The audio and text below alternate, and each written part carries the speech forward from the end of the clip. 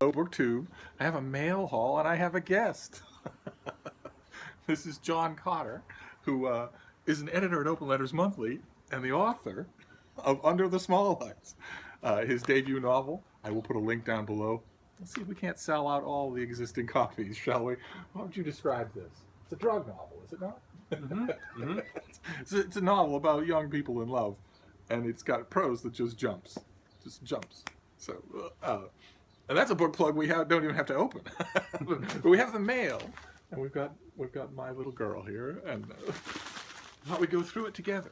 In this case, you don't anymore have. This is not anymore a question of two critics opening the mail, because you don't really do much in the way of book criticism anymore. It's much closer to home, actually. It's a book critic and a writer of published work. Who can actually speak. He's waiting for a big opportunity. So what is the first one here? Wonderlandscape. Ooh, by John Clayton. About Yellowstone National Park. Oh, yeah. It's a Finnish copy. I can't remember if you've ever been to Yellowstone. No, I'm looking forward to it. It's amazing. You can practically smell it from Denver. I might just check it out. He lives in the Denver territories. They're hoping for statehood. This comes out in early August. And John Clayton, I'm not going to make the obvious literary joke, because he's probably heard it a million times. Let's see. He's the author of Cowboy Girl, The Life of Carolyn Lockhart, which was a finalist for the High Plains Book Award. This is the kind of guy who, that's the kind of He'll do a award reading we have back there. in Denver. Of course, Yes? Of course he will. As well as Small Town Bound, Stories from Montana's Enduring Frontier. He writes for the Montana Quarterly and other popular and business publications. And he's a regular speaker at the Montana Book Festival. I didn't know they had one. Neither did I. He's lived on the outskirts of Yellowstone, and for 27 years, he has explored the park in all seasons. Wow. Okay. I also have explored the park in all seasons. I have been in Upper Yellowstone, far away from the popular regions of the park, in the middle of winter, with a bunch of beagles. And you thought it smelled bad before. I wouldn't recommend the experience at all. The only good thing, I mean, there's impassable snowdrifts and freezing cold. The only good thing is that the bears are all asleep, so you don't have to worry about them. Usually, which is good, because that's very bad news. If you're up in the middle of nowhere, bears are very bad news. All right, so the next one is Messiah by Jonathan Keats. Not your Jonathan Keats, but maybe this is a living Jonathan Keats. This is a composition on afterlife of Handel's Messiah, of his masterpiece. Tiny little thing. I saw that at the BSO about 5-6 years ago. It was fantastic. They do it every Christmas. Yeah, they do it every time. Yeah, this guy, Jonathan Keats, is the author of a biography of Handel, and he's also the chairman of the Venice in Peril Fund, which I didn't know existed. I'm glad it does. I'm glad there's a fund. So let's see here. In the late summer of 1741, Handel composed an oratorio set to words from the King James Bible, rich in tuneful arias and magnificent choruses. Jonathan Keats recounts the history and afterlife of the Messiah, one of the best-loved works of classical repertoire. He relates the composition's first performances and its relationship with spirituality in the age of the Enlightenment. Huh. That's a lot for a little book. Yeah, and you have to wonder, when you get something like this, you have to wonder, okay, what is the difference between this and the Wikipedia entry? And in a case like this, it's going to be Jonathan Keats, right? It's going to be the author. It'll be his stance. He'll have opinions. Yeah.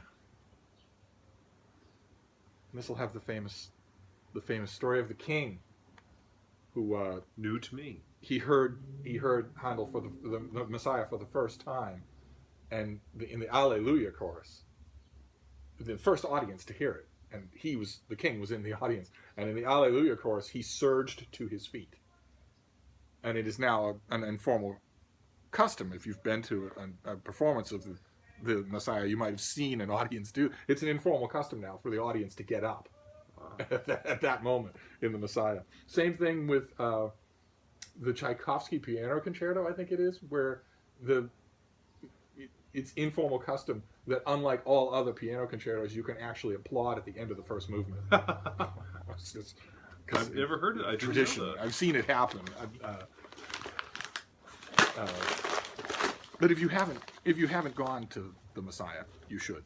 Your community will have one. It's really good. It's an amazing thing to do.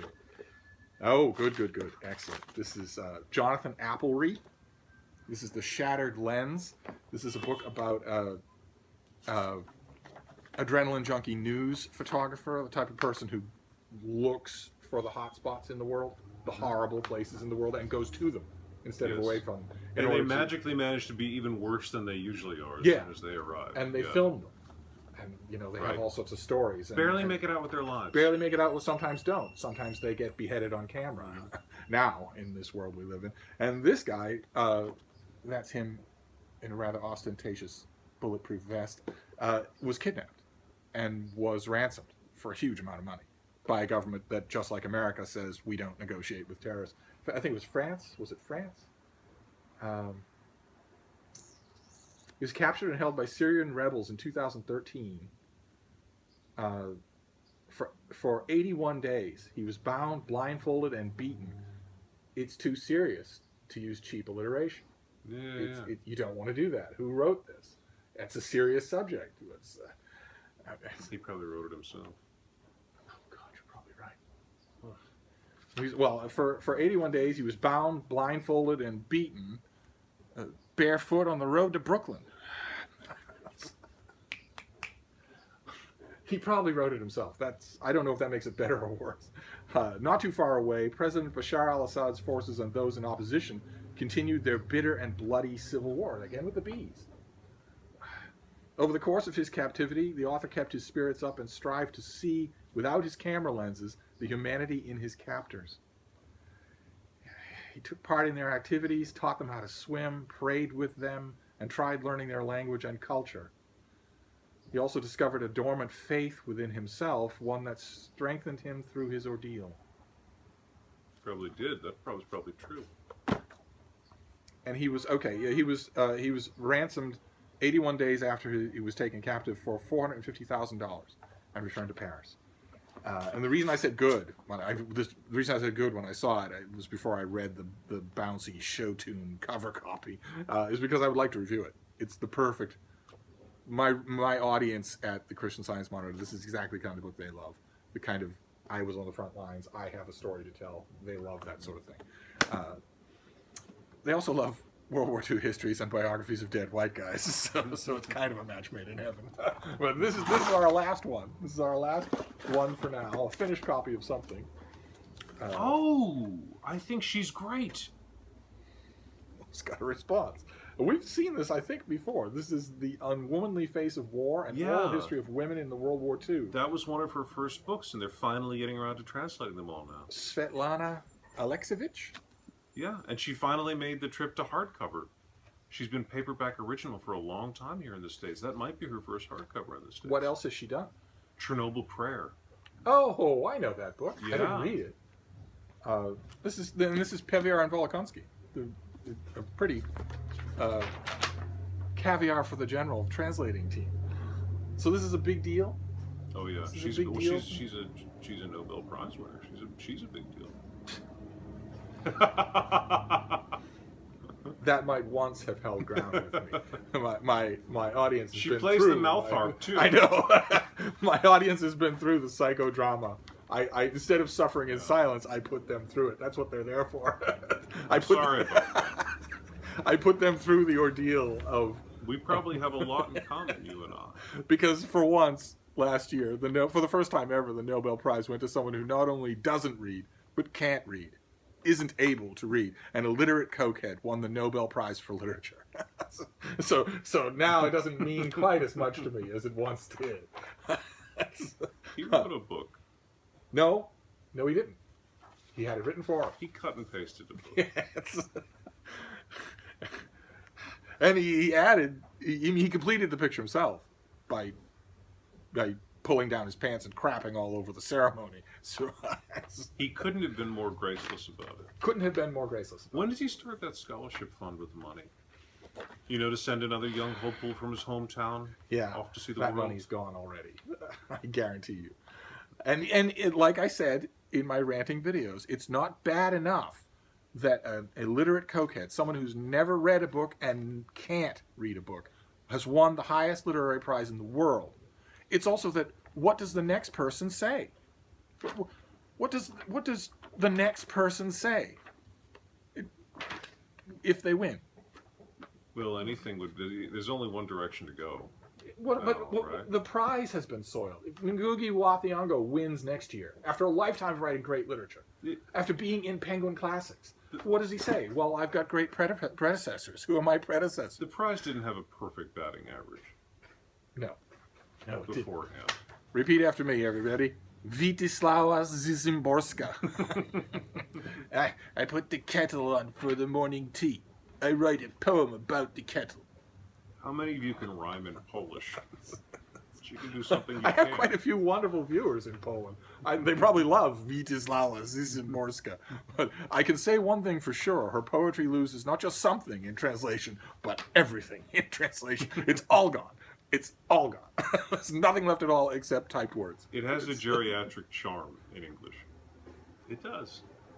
I have more patience with Polish poetry. Something wrong with the geriatric charm? Lest I oversell geriatric charm. There's nothing wrong with geriatric charm. Anyway. So this is... If you want to read a good essay about why Dylan deserved that Nobel Prize, Catherine Nichols wrote a fantastic one on Jezebel. There's probably frequent plugs for Jezebel in your BookTube channel. All the time. Yeah. You scarcely get a word in edgewise without recommending Jezebel. Is it really good? It actually is really good. Or is she just a friend of yours? She's a brilliant critic. It's really good. She says things about his memoir that might cause you to take it off the shelf again. Sorry, I didn't mean to say again. So you're telling me that medically speaking, it's possible for someone to ingest enough peyote to praise the Dylan Nobel Prize win. Is she still with us? She mostly praises his music, but she finds things in the book. She finds the way he transitions between modes in the book. You know, demotic, elevated, celebratory, intimate. If you try hard enough, if you parse every line like a code breaker, you can find something worthy in anything. That's true. So this is an oral history of women in World War II. So is this the type of thing she typically writes, or is she breaking She does out? oral histories. That's what she does. The Chernobyl oral history is heartbreaking. Absolutely heartbreaking. I could swear I know her name from something other than. She had a book out last year, Secondhand Time, about the fall of the Soviet Union. She interviewed people over the course of 10 years about their experience. And she did transition. Zinky Boys a long time ago, which was really good. That one I did read. Mm-hmm. And that one has become a modern Penguin classic. I think they just introduced it to the modern Penguin classic line. I think I just got it in the mail from one of you. In UK, all their stuff is on Penguin Classic. Okay, all right. So we end with, unfortunately it comes out in late July. So I'm not going to be paid to review it, but I can certainly review it. I can certainly read it. So we have Svetlana Alexievich. We have The Shattered Lens. We have A History of the Messiah. And we have Wonderlandscape, a book about Yellowstone National Park in all its seasons. And most importantly of all, we have Under the Small Lights, the debut novel of John Cotter. So I will leave a link so we can sell it out. Beautiful, brassy, boozy, bumptious performance. It's a beautiful, brassy, boozy, bumptious performance. It's got everything. It's got young people. It's got great dialogue. It's got love, both healthy and unhealthy. Yeah. And what is the story of the book, physically? What do you mean? Well, it's not going to happen, I don't think. But what if 200 people suddenly wanted to buy it? Are there 200 copies for sale? We'd go into a second printing. No kidding. I've also mentioned on this channel before. John is one of those annoying writers who's talented whenever he puts pen to paper about anything. And he wrote an essay about hearing trouble called "Losing Music." I've mentioned it on this channel before as one of the best essays written so far in the 21st century. I'm going to put a link to that down below as well, because you should read it. That's a mouthful of nonsense, but I appreciate it nonetheless. Best American Essays agreed with me, It was kind of you. but I'm not alone. They agreed with me. Yeah. Put it in the back of the book. And they weren't the only ones. It was one of those things when you're an editor and you get a piece that comes in, even if it's somebody who's part of the magazine, you look at all this stuff and every once in a while you get something and you say, oh my God, I'm going to be part of publishing this. And it feels fantastic. I feel that way all the time about Irma. Every month. It's more and more wonder from Irma. And you can take that to the bank. Oh, she's gangbusters. She's gangbusters. That broad's got moxie. That broad's got moxie. Absolutely. All right, so that's it for now. That's a guest star book haul. Do you want to say bye-bye? Bye, everybody. I'll see you soon. My sympathies. They're trapped.